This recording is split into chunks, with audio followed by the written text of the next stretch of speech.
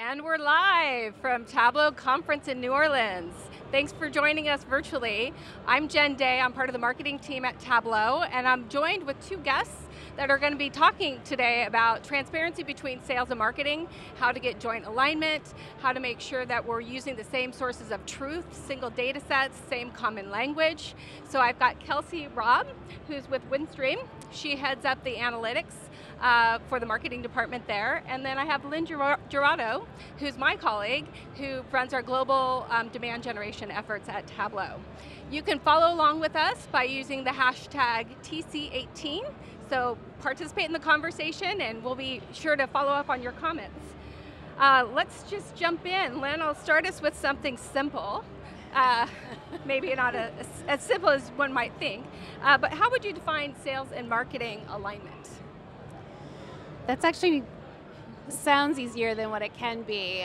For us, sales and marketing alignment starts with understanding what our customer needs and really diving into what insights the sales teams have, what data we have in marketing, and building planning out together. So it's really, we start with a joint planning process of putting all that information together and then really prioritizing what accounts, what segments, and what areas we want to focus on for the year. Great. How about you, Kelsey? For me, sales and marketing alignment means we're using the same words, we're using the same vocabulary, the same vernacular, but we're also shooting for the same goal. So everyone on both sales and marketing is going toward that same goal with the same words and the same intent at the end of the day. And I know that those things are hard to do. Sometimes it takes a long time to get that alignment and that common vocabulary, but if you do that job up front, then everything goes more smoothly throughout the year. Yeah. Kelsey, you did a fantastic session yesterday. Thank you. It was really well attended. You gave an example of a campaign where you saw a 250% increase in sales adoption. Can you just share a little bit of that campaign effort with the audience and talk about some of the things that led to that? Absolutely. So this was a fantastic campaign, and it started with a conversation with our sales leaders and our sales reps to say, how can we as a marketing organization better help you do your job? What do we need to do to make sure you get in the door with the right people, with the right conversation? It all started with that. We developed a campaign that was focused on that. So we enabled the sales reps to go in and pick who they wanted to talk to next and which message that customer needed to hear. So from that, we were able to build out a suite of Tableau dashboards that proved relevance from a rep level all the way up to an executive level. So the executives could go in very quickly, see who was doing well, who needed some help, and also it enabled the sales reps to know what they needed to do Monday morning. Who do I need to talk to next? Taking the guesswork out and letting the data do the work. That's great, and great that you have a dashboard that shows those great results. Lynn, one thing that let's talk data. So one thing that we need to have are common definitions of data. We talked a little bit about that. Single source of truth that will enable more productive conversations between you and the sales organization. Can you talk a little bit about that? I think, just as Kelsey just shared, that's a foundation for us of having alignment with the teams, is do we understand what our metrics are telling us, what it means, if they're doing well. I'll give an example of where we didn't do that so well, because I think it's very enlightening to see. We were focused on our account-based programs, and we put together an engagement metric that measured, it had all kinds of great insights and perspective of how did sales touches influence all of our marketing data and how they were influencing an account, service and support data. We put all that together and had this fantastic index across our accounts. We were very proud and we presented it to sales, and they just looked at us with blank stares because they didn't know what it meant. Because we aggregated a lot of great insight that showed momentum, but we weren't able to, they didn't know what to do with it because they needed to understand perspective. And so we had to break it down into what went into it, how do you understand how to use it, get alignment that was really meaningful, and show them data on why certain things were actually influential for a customer, and then enable them to use it in a meaningful way. How do you follow up on this information? What are next steps? What do these things mean when they're trending up or trending down? And then we had really good alignment on how to take action on it. to your example. Absolutely, and to me, one of the biggest things that we can do, and my team can do as the developers of all of these dashboards and all of these data sets, is make sure that the end user understands what they're looking at, right? And shifting it, we have a great example. On my dashboard, I had this really cool calculation, and it came up with this ultimate number, and that number was completely irrelevant to the sales organization. So we switched it to text that was very, very straightforward. It was follow up or don't follow up. Very straightforward, binomial, you only have two options here. So shifting from, hey, this is really cool, but really, what does sales need in order to make their lives more successful? Always making it actionable. Yep. Kelsey, can you talk about what some of the biggest data challenges you see sales and marketing organizations facing right now? Absolutely. So one of the biggest things is, as technology continues to increase, how do we keep up? And how do we keep that alignment? As we get in new vendors, as we do all of these different things, and as we have all of these different initiatives, how do we keep that single source of truth together? Yeah. So that's one thing. Yeah. The other thing is, how do we build something that is sustainable? That if I win the lottery tomorrow, that these dashboards will still continue. How do we build that out? I would echo that. I mean, the explosion of tools across marketing stack, the ad stack, even the sales organization. We used to be able to go to Salesforce as our single source of truth, and now there's other sales tools that are coming into the mix, and there's customer success tools. So there's so many sources of data, and having rationalized and aligned metrics across all those to have a holistic view of the customer is such a challenge. And I think that's the thing that we're constantly looking at. And to your point, all those platforms are constantly updating. So you have to make sure that your data sources and everything are maintained and fresh, and that just takes a lot of work to stay on top of all that. Yeah, well, I think a lot of our marketing colleagues here are facing those challenges. I was at a marketing meetup we did yesterday, and that was probably one of the biggest talked about topics at all of the roundtables. So it is something we're going to have to stay on top of and make sure that we're able to address it. Lynn, I'll ask you a question. Do you have a dashboard that you have agreed upon with the sales team, as really it's demonstrating the joint alignment and that single source of truth that you're working on together? Yeah, we do, but I don't think there is ever a single dashboard that you can give to sales and marketing teams that's a single source of truth. But we have what we call a sales and marketing dashboard that has our key metrics on it. So lead flow, account index metrics, account health, influence of pipeline, just so we can look holistically across the business. I think the important thing about a dashboard or how you manage your data sources is how can you understand the different perspectives or roles that someone's going to have. An individual rep needs different information. He's looking at his specific accounts and who in his accounts are relevant, whereas a country manager, someone who's running an entire sales territory, needs to see the macro view of the portfolio and the health of the accounts and what activity is going on. So we have to make sure that our dashboards can support that drill down or easily pivot to, this is a view for an individual rep and a view for a sales leader as an example. And then with aligned goals, then it's easy for the sales and marketing teams to have a conversation about what's working, what's not, how do we partner to fix things versus just saying, I'm not getting enough leads, or you're not following up on the leads, as an example. Absolutely, and to echo that, one of the most important things in order to build validity within the data, so to build trust in the data, because that's one of the greatest challenges for any data analyst to try and communicate that data, is building that trust. And we always make it a point to have the capabilities to drill down and drill through.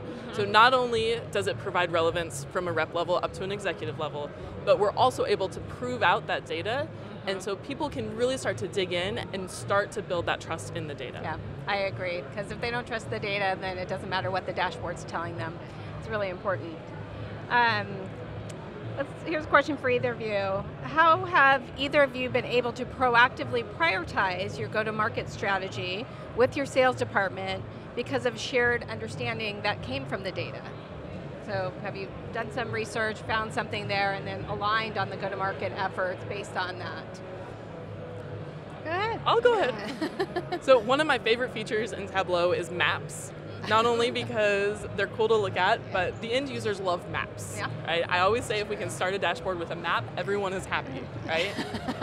So we worked very closely with our sales organization to say, what are you really going after next? We have all of this great information.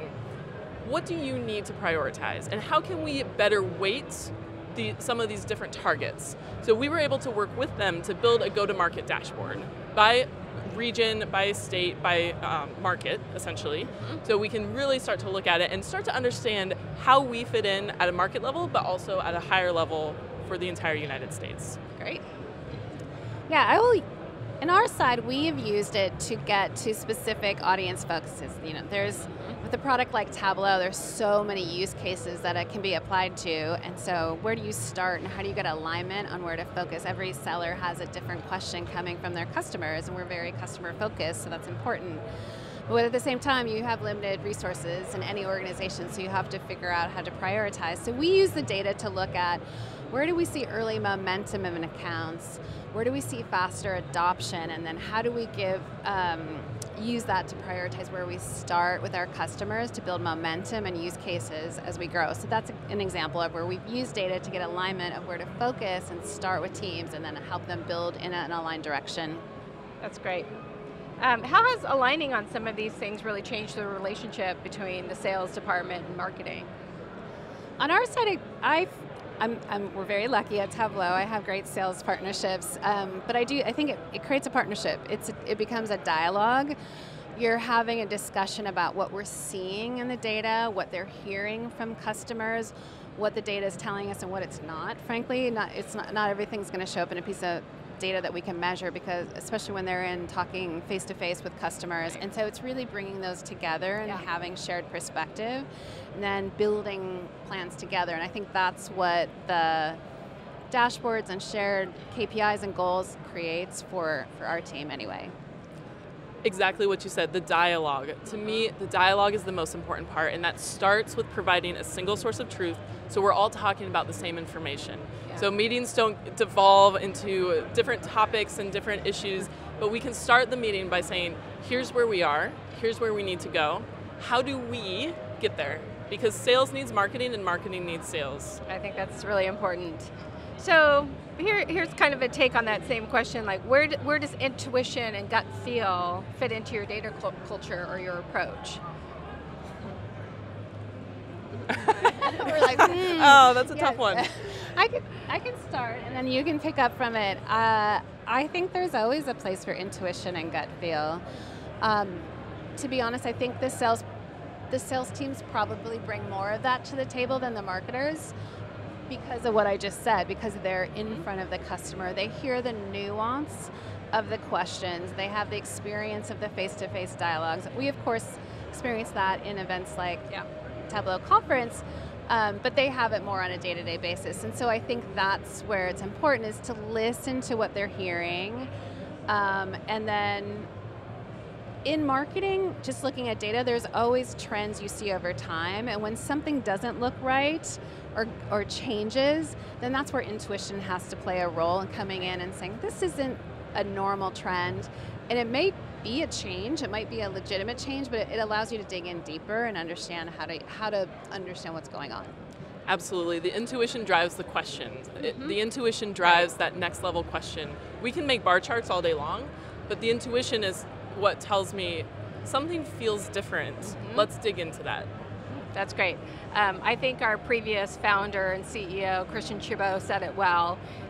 There was a concept for a while about being data-driven, and he said, well, that's ridiculous. You shouldn't be data-driven, you should be data-informed, because the data is going to inform you to take action or to do something different. If you just only look at the data, you may do the wrong things. So I think that's really important to keep in mind. So let's keep going with some questions. How are we doing on time? Okay, great.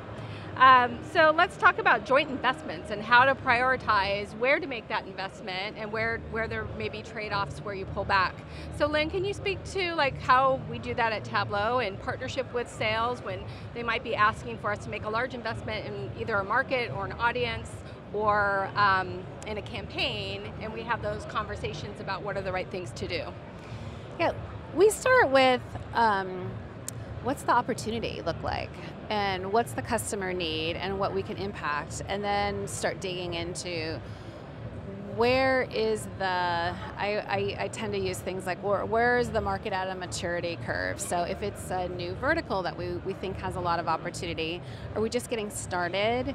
Is it something new for us? And then we have to start in a very specific way and build investment. You can't, run a new emerging category like a mature part of your business. So that's I think where we use joint discussions to kind of prioritize. How do we think about that? Where are we at in this stage of where our customers are and engaging with our customers and helping build awareness or drive engagement across the sales life cycle, and then build to the next set. Yeah. And I'm going to bring that back to the last question about intuition, where if we have a close relationship with our sales organization and they come to me as a marketer and say, I'm really having good luck with product A in vertical B, and can I go in and support that with any data? And can we take that intuition, take that feeling, not only support or deny, but also take a look deeper to say, why is that? So if a salesperson has an experience where they're just getting great traction and they don't know why, bring me that question, and then we can start to dig in.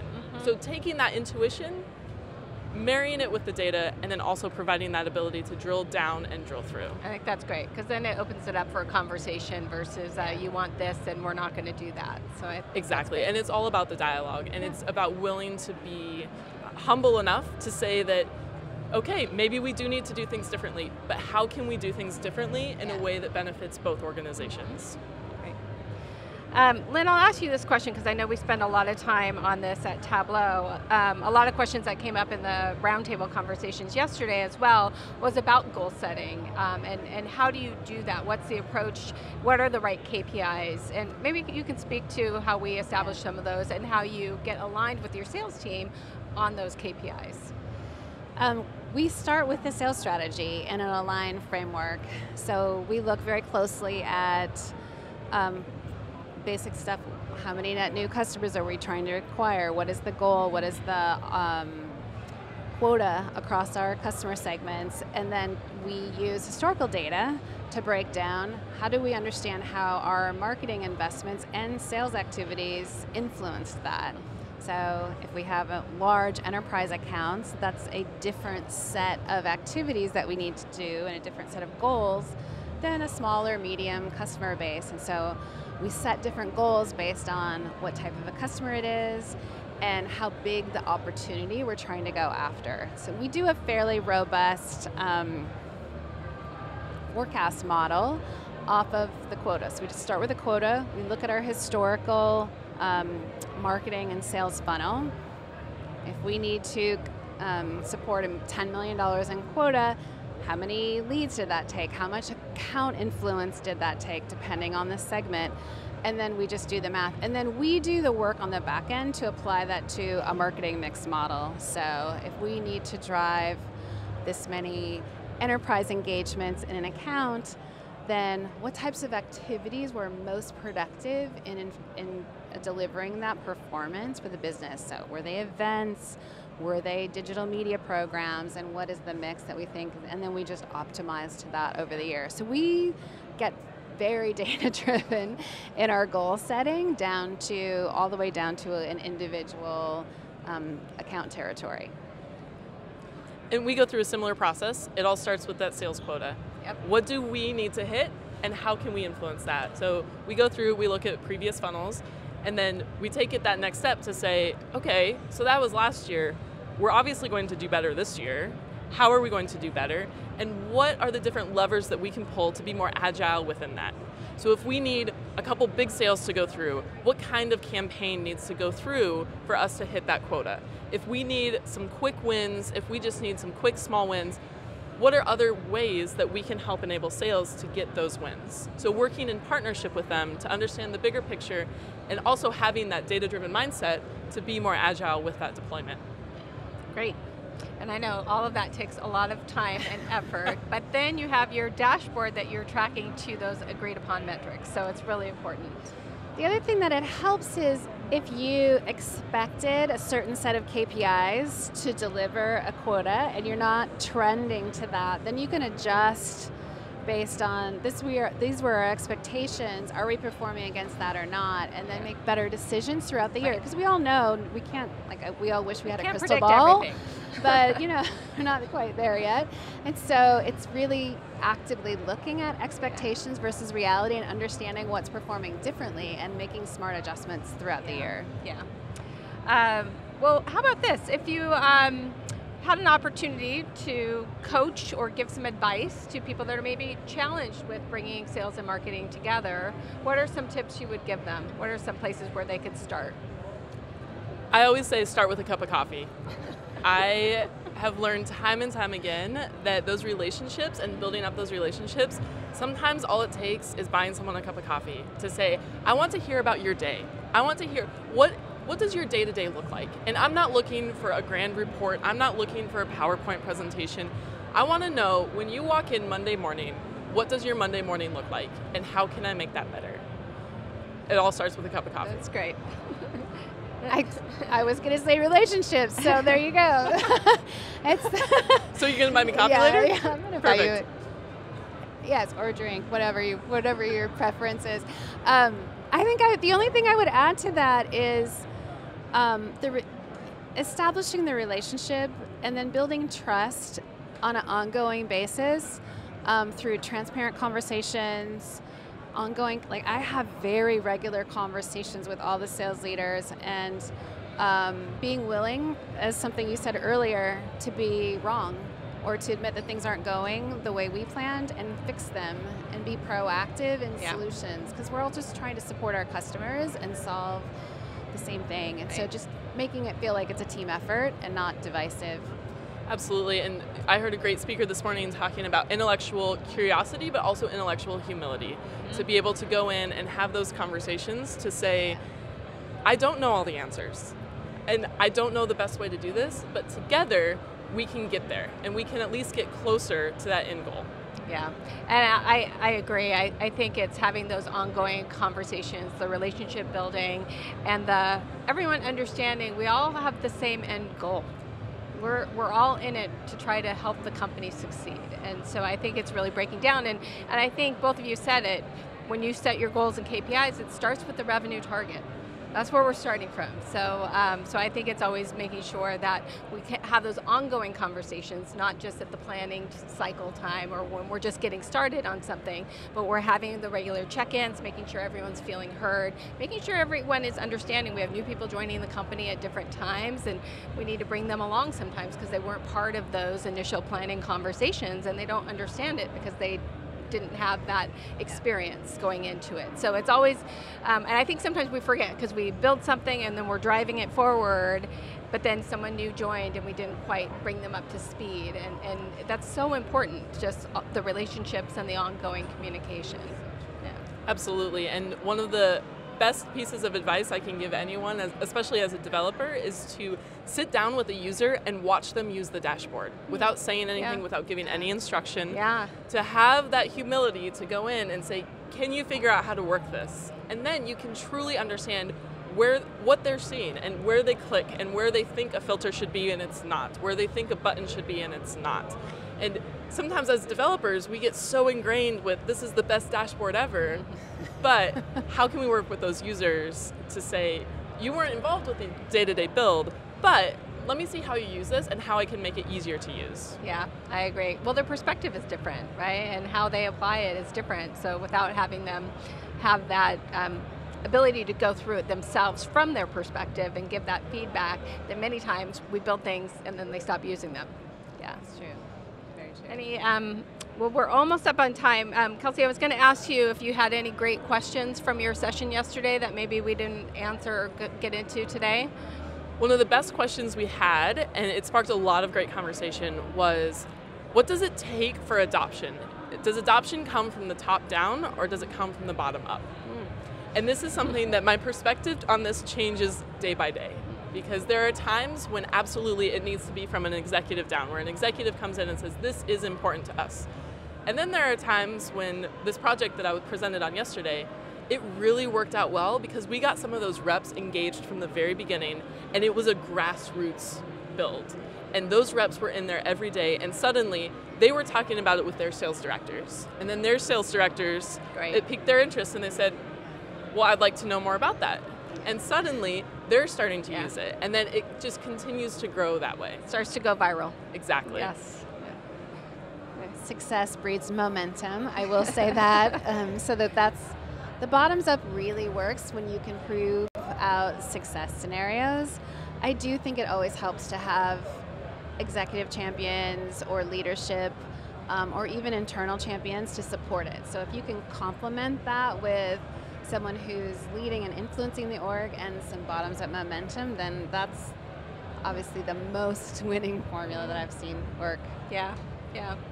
Are there any other favorite dashboards that and maybe it's just something that maybe is not as impactful, but maybe it was just like it was a dashboard that went viral, that we didn't expect it. I'll speak to one, and I think that it all came down to making things actionable for the sales team, and we do a lot of webinars at Tableau, and we always had an expectation for our sales teams to follow up with the people that attend them to see if they had additional questions or they got their answers met. But we didn't provide them with a dashboard to do that in a really simple way. And so we started building dashboards that really showed them who was attending. They could filter it by account. They could see, they could click through to the Salesforce record. They had the phone numbers all there. It was very actionable for them.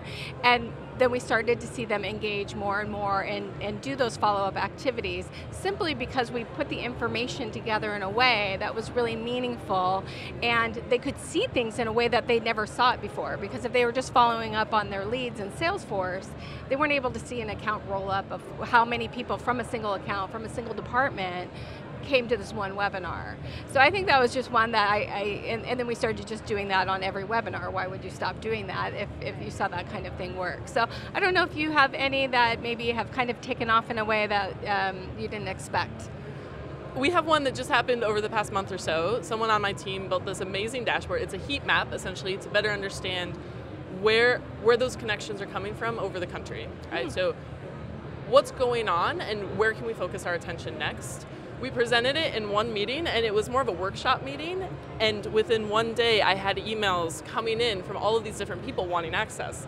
And that's not quite what we intended, but you get that momentum and you go with it. Yeah, that's fantastic. I think my favorite dashboard experience was we had looked at an area problem where we had customer engagement, what's happening, and one of our team members created a dashboard that really drilled down into the detail and broke out the customer segmentation by sub-region, by country, by type of sale, by transaction level, and it really allowed us to identify and see very clearly where the problems were, versus just looking at an aggregated number and knowing there was no way to solve for sort of an average problem. I always feel like, the averages are the death of you have to dig into to pinpoint where the problem is. So it allowed us to really create the right solutions to solve it. So to me, it was showing the visibility of the problem and breaking it down. Let's talk about leadership and how they're using some of the dashboards that our teams are creating, or maybe on the sales side. So are there different dashboards that your CMO and your sales leaders are using, or are they using some of these drilled down dashboards? My goal is always to set it up so it starts at an executive level, so anyone can go in and the executives can see it, but also everyone else is seeing what the executives are seeing. So we're all speaking to that same language, that same source of truth. I always plan on building it at an executive level with that drill down capability.